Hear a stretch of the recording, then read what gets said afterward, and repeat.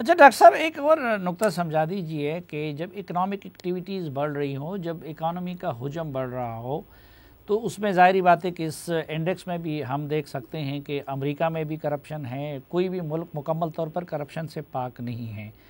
اب پچھلے سالوں میں تو جی ڈی پی گروتھ بھی 5% سے اوپر جا رہا تھا، اس حکومت میں جی ڈی پی گروتھ وہ 1% تک آ گیا ہے۔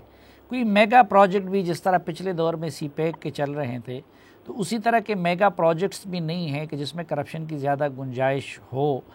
تو یہ کیسے ہوا کہ اکانومی کی سائز سکڑ گئی اور کرپشن بڑھ گئی، اور نون لیگ کی حکومت میں اکانومی کا سائز پھیل رہا تھا لیکن کرپشن اس حکومت کی بنسبت زیادہ کنٹرول میں تھا؟ پھر اس وقت نیب بھی سب سے زیادہ ایکٹیو ہیں، پکڑ دکڑ بھی سب سے زیادہ ہے۔ صافی صاحب، سوال بڑا عمدہ کیا اور بڑا گہرا سوال آپ نے کیا۔ دیکھیے، کہا یہ جاتا ہے جو گرو ہیں، جو سائنس کی بنیاد کے اوپر کرپشن اور اینٹی کرپشن کی چیزوں کو اسٹڈی کرتے ہیں، ان کا کہنا یہ ہے کہ دو ایلیمنٹس ایسے ہیں۔ ایک تو ثواب دیدی اختیارات۔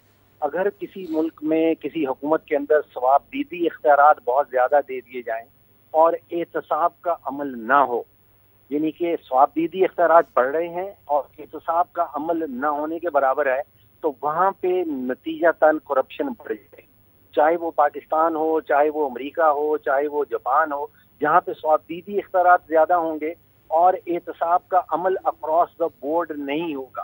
احتساب کے عمل کو آپ ایز پولیٹیکل انجینئرنگ یا سیاسی آلہ کار بنا کے استعمال کریں گے تو وہاں پہ کرپشن کا جو ایلیمنٹ ہے وہ بڑھتا چلا جائے گا۔ تو دو ایلیمنٹس پہ اس حکومت کو دیکھیے، یہ جو ساری ریٹنگ آ رہی ہے، اس کا مقصد صرف یہی ہے کہ حکومت جان پائے کہ کسی سمت میں غلطی ہو رہی ہے اور اس کو درست کس طرح کرنا ہے۔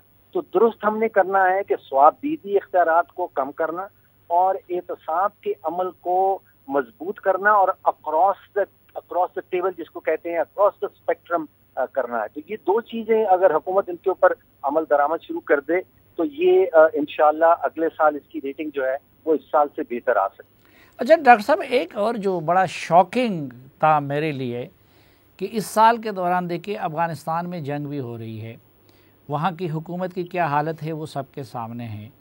انٹرنیشنل کمیونٹی وہاں پہ جو پیسہ پمپ کر رہا تھا، چونکہ اب عالمی فورسز نکل رہی ہے، وہ بھی افغانستان کی معیشت سے نکل رہا ہے، لیکن مہنگائی کی شرح اشرف غنی کے افغانستان میں ہمیں 2 پوائنٹ سمتھنگ نظر آ رہا ہے، ہمارے ہاں وہ 12% تک، یعنی اس میں تو پاکستان تاریخ میں پہلی مرتبہ اس سے آگے نکل گیا۔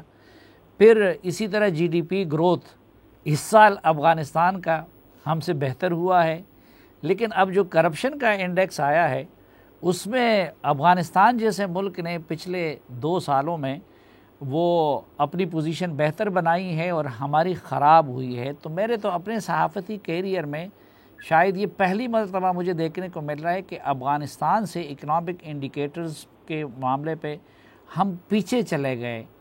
اس کی کیا وجہ ہے کہ جو کام افغانستان جیسے ملک کر سکا وہ ہم یہاں پہ نہیں کر سکے؟ شافی صاحب، اس کا بھی سوال بہت عمدہ ہے، جواب ذرا مشکل سا ہے۔ جواب کچھ ایسے بنتا ہے کہ افغانستان میں اس وقت جو کرپشن کی رینکنگ ہے وہ ہم سے نیچے ہے، لیکن یہ آپ کی بات درست ہے کہ پچھلے سال کے مقابلے میں وہ 5 یا 6 پوائنٹس جو ہے اس نے اپنی رینکنگ کو امپروو کر لیا ہے۔ دیکھیے، ایک بہت ہی بنیادی قسم کا جو گٹھ جوڑ ہے وہ معیشت اور سیاسی عدم استحکام کے درمیان میں۔ جن ممالک میں سیاسی عدم استحکام نظر آتا ہے ان ملکوں میں معاشی ترقی کا جو ریٹ ہے وہ بڑا بری طرح متاثر ہوتا ہے، بڑا بری طرح گر جاتا ہے۔ ہمارے ملک میں اس وقت مجھے نظر کچھ ایسے آ رہا ہے کہ ہماری چاہے وہ اپوزیشن ہو یا وہ حکومت ہو، جو 2 پہیے ہیں ہمارے جمہوری نظام کے اور ان کی اپنی اپنی ذمہ داریاں ہیں، ان دونوں نے جمہوری نظام کو لے کے آگے بڑھنا ہے۔ حکومت نے ہمیں پالیسی دینی ہے اور اپوزیشن نے جواب دہ رکھنا ہے حکومت کو کہ ان کی سمت ٹھیک رہے۔